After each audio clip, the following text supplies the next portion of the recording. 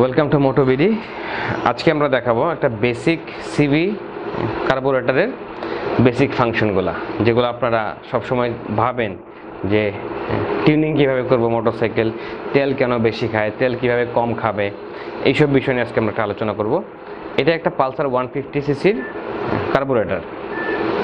আমরা এটার আজকে বিবরণ দিব এবং এই কার্বোরেটরটা এটাকে বলা হয় ভ্যাকুয়াম সাইড আর কি। তো এই কার্বোরেটরটা অলমোস্ট সব বাইকে, ইন্ডিয়ান প্রতিটা বাইকে পাবেন এই সেম কার্বোরেটর। এখানে খেয়াল করে দেখেন একটা পিস্টন আছে কার্বোরেটরের ভিতরে, আর এই জায়গাটা গোল। চাইনিজ বাইকগুলোতে কার্বোরেটর থাকে অন্যরকম। ইন্ডিয়ান যে বাইকগুলো আমাদের দেশে চলে, বাংলাদেশে যেগুলো চলে, ওগুলো সবগুলো একই রকম কার্বোরেটর।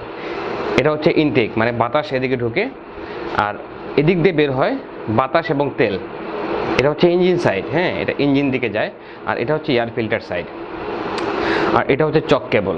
তো Pulsar, Hunk, FZS, Unicorn, CB Trigger, almost 150 সিসির সমস্ত বাইকে এই সেম কার্বোরেটর থাকে। আচ্ছা, তো আজকে আমরা স্টার্ট করি ফুয়েল লাইন। হ্যাঁ, এটা হচ্ছে তেলের লাইন। মোটরসাইকেলের পেট্রোলের লাইন হচ্ছে এটা। মোটরসাইকেলের ফুয়েল ট্যাঙ্ক থেকে পেট্রোলের দিকে আসে। নিচেরটা হচ্ছে ফ্লোট, মানে এতটুকু জায়গাতে পেট্রোল বা অকটেন লোড থাকে। এখান থেকে তেলটা ভিতরে উঠে ভিতর দিয়ে যায়, এখান দিয়ে বের হয়। আচ্ছা, তো যেটা আমরা বলতেছিলাম, আমরা আজকে টিউনিং শেখাবো মোটরসাইকেল কীভাবে টিউনিং করতে হয়। রিচ টিউনিং এবং লিন টিউনিং। টিউনিং দুই প্রকারের হয়, একটা হচ্ছে তেল এবং বাতাস বেশি যাবে, আর একটা হচ্ছে তেল কম যাবে, মানে পেট্রোল অল্প খাবে, তেল কম খাবে। এই সুইচটা দিয়ে খেয়াল করুন, এই সুইচটা খেয়াল করুন। প্রতিটা কার্বোরেটরের মধ্যে এই সুইচটা থাকে, এটাকে বলে এয়ার ফুয়েল রেশিও স্ক্রু।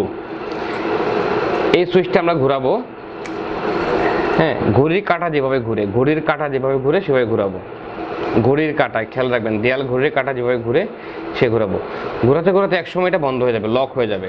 জোরে প্রেশার দিবেন না, তাহলে ভেঙে যেতে পারে। আমি এটা লক করে ফেলছি। এটা লক করা মানে, ঘোরাতে ঘোরাতে বন্ধ করা মানে হচ্ছে এখন বাতাস যে যাবে, এখানে একটা এয়ার রেশিও ভিতরে, এটা অন্যদিন দেখাবো খুলে ভিতরে কি কি আছে। এখন লক করা মানে হচ্ছে বাতাস আর বেরোবে না, শুধু পেট্রোল যাবে, বাতাস আর যাবে না এখন এটার সাথে। তো এখন এটা বন্ধ করার পরে এটা কিন্তু সবসময় খেয়াল রাখতে হবে, এই জিনিসে হাত দেওয়ার আগে বাইক 10 মিনিট চালাতে হবে। ইঞ্জিন গরম থাকতে হবে। বাইক গরম থাকা অবস্থায় এবং স্টার্ট দেওয়া অবস্থায় এটা ইউজ করতে হবে। এইখানে হাত দিতে হবে একটা টেস্টার দিয়ে। এখন আমরা এটাকে বন্ধ করে ফেলছি পুরোপুরি, ঘড়ির কাঁটা যেদিকে ঘুরে সেদিকে ঘুরে বন্ধ করে ফেলছি। এখন আমরা এটাকে অন করব। অন করবো কীভাবে দেখেন, খুব স্লোলি করতে হবে এটা। এই যে এখন আমরা একটা ফুল এক টান দেবো, মানে 360 ডিগ্রি টান দেব। এই যে এক টান, এটা 1 টান হলো, 1 টান, 2 টান, 2 টান। এখন আমরা 2 টান দিছি। এই 2টা টান, 360 ডিগ্রি 2 টান দেওয়া মানে হচ্ছে অপটিমাম টিউনিং। তেল বেশিও খাবে না, কমও খাবে না। কোম্পানি টিউনিং, যে কোনো মোটরসাইকেল কোম্পানি থেকে 2 টান দিয়ে আসে, মানে 2 বার 360 ডিগ্রি অ্যান্টি ক্লকওয়াইজ। 2 বার দেওয়ার পরে এটা হবে অপটিমাম টিউনিং। তেল বেশিও খাবে না, কমও খাবে না। এখন যদি আমরা তেল খাওয়া বাড়াতে চাই বা একটু স্পিড বেশি চাই, তেল একটু বেশি খাবে, বাতাস একটু বেশি যাবে, রেশিওটা বাড়বে, সেক্ষেত্রে আমরা এই অবস্থায়, টার্ন এখন আছে 2টা, এই অবস্থায় আমরা হাফ টার্ন করব। হাফ মানে 180 ডিগ্রি টার্ন। এই দেখেন হাফ টার্ন। এখন হলো আড়াই প্যাচ, 2.5। এখন আড়াই প্যাচ হলো। আমরা এখন 5 মিনিট বাইক চালাবো, দেখবো কী অবস্থায় আছে।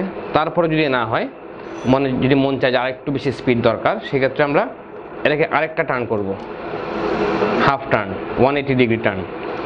তাহলে টোটাল হলো 3টা টার্ন। কোম্পানি থাকে দেওয়া থাকে 2টা, এখন দিলাম 3টা। এখন তাহলে একটু বেশি খাবে, পেট্রোল একটু বেশি খাবে, সেক্ষেত্রে আপনার তেল বেশি খেলেও স্পিডটা বাড়বে।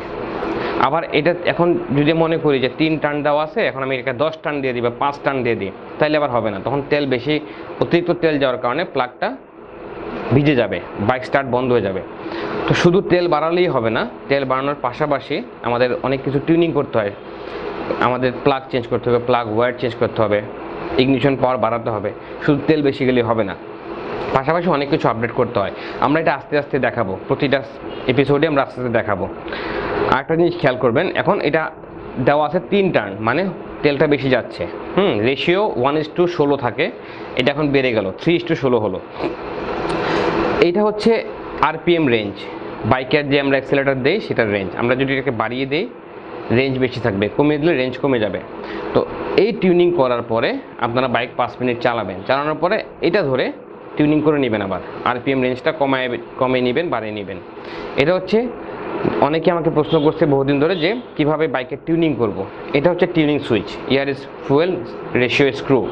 এটাকে না বুঝে হাত দিবেন না, যারা বুঝেন তারাই হাত দিবেন। এবং ভিডিও দেখার পর যদি কোনো কোয়েশ্চেন থাকে আমাদের পোস্টে লিখুন, কোয়েশ্চেন করুন, আমি আনসার করব। ঠিক আছে, এটা হচ্ছে টিউনিং আমি আজকে দেখালাম কীভাবে একটা বাইক টিউনিং করতে হয়। নেক্সট আমরা দেখাবো কার্বোরেটরের ভিতরে কী কী থাকে, কীভাবে কী করতে হয়, হাই জেটিং কীভাবে করতে হয়, রিজেটিং কীভাবে করতে হয়, একটি নর্মাল কার্বোরেটরকে কীভাবে রেসিং কার্বোরেটর তৈরি করবেন, কীভাবে বানাবেন বাসায় বসে, ওটা আমরা নেক্সটে বলবো। আজকে শুধু টিউনিং নিয়ে কথা বললাম। Thank you.